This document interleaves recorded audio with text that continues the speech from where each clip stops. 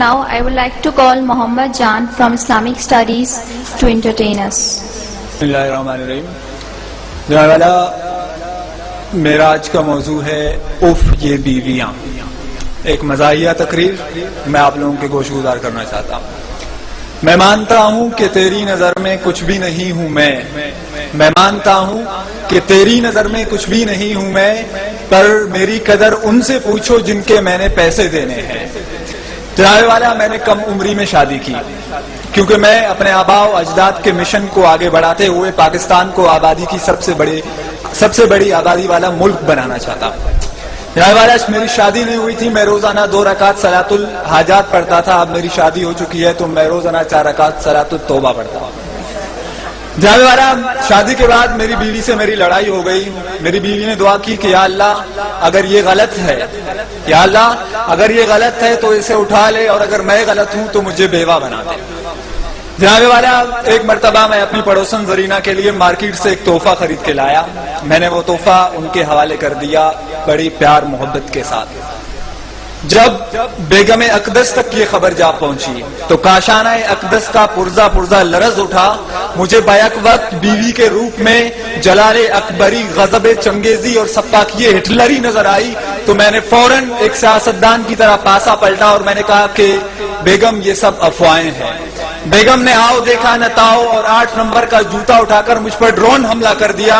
یہ تو میری خوش قسمتی تھی کہ میں بر وقت نیچے جھک گیا اور 8 نمبر کا جوتا میرے دوست کے چہرے منور پر جا لگا اور اپنے انمنٹ نقوش چھوڑ گیا.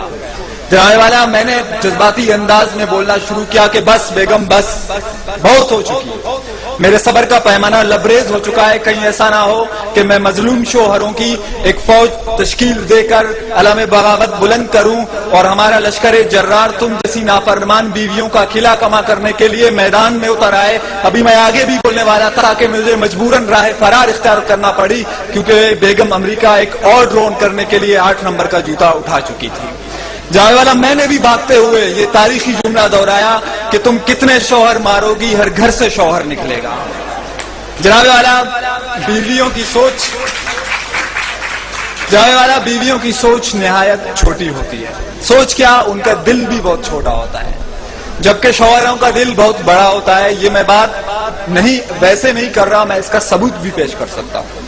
جناب والا بیوی کے دل میں صرف اپنے شوہر کے لیے جگہ ہوتی ہے، جبکہ شوہر کے دل میں محبوبہ کے لیے، دوست کی محبوبہ کے لیے، بیوی کی دوست کے لیے، سامنے والی کے لیے، ساتھ والی کے لیے، اوپر والی کے لیے، نیچے والے کے لیے، کام والی کے لیے، کپڑے والی کے لیے، دودھ والے کے لیے، آفس والے کے لیے اور تھوڑی بہت بیوی کے لیے جگہ ہوتی ہے.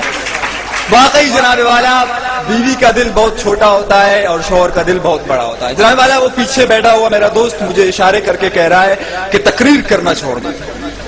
جناب والا جب میں چھوٹا تھا تو ماں جی کہتی تھی کہ بیٹا مسجدیں سے چپلیں چرانا چھوڑ دو. بابو جی نے کہا کہ اسکول سے ٹلے مارنا چھوڑ دو.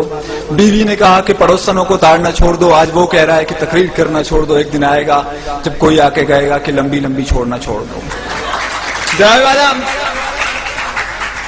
جناب والا ایک مرتبہ میں اپنی بیوی کو شاپنگ کروانے کے لیے گیا. ایک نہایت خوبصورت دوشیزہ کو دیکھ کے بے اختیار میری نگاہیں اس کی طرف اڑ گئی. میں اسے ایک محبیت کے عالم میں دیکھ رہا تھا کہ اچانک مجھے اپنی پسلی کے اندر تکلیف محسوس ہوئی. جب میں نے غور کیا تو میری بیوی محمد علی کی طرح مجھے ایک پنچ مار چکی تھی اور مجھے اپنے پہلو کے پسلی کے اندر تکلیف کا احساس ہوا.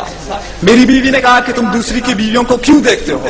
میں نے کہا جناب والا کہ جب یہاں کے سیاستدان یہاں پہ کرپشن کر کے دوسرے ملک بھاگ سکتے ہیں، جناب والا جب دادی عمر کو بلا سکتی ہے، جناب والا جب پشاور میں ایک دن پہلے چاند نظر آ سکتا ہے، جناب والا جب ایک صوبے کے اندر 2 نظام رائج ہو سکتے ہیں، کوئی دیکھے یا نہ دیکھے شبیر تو دیکھ سکتا ہے تو میں کیوں نہیں دیکھ سکتا ہے؟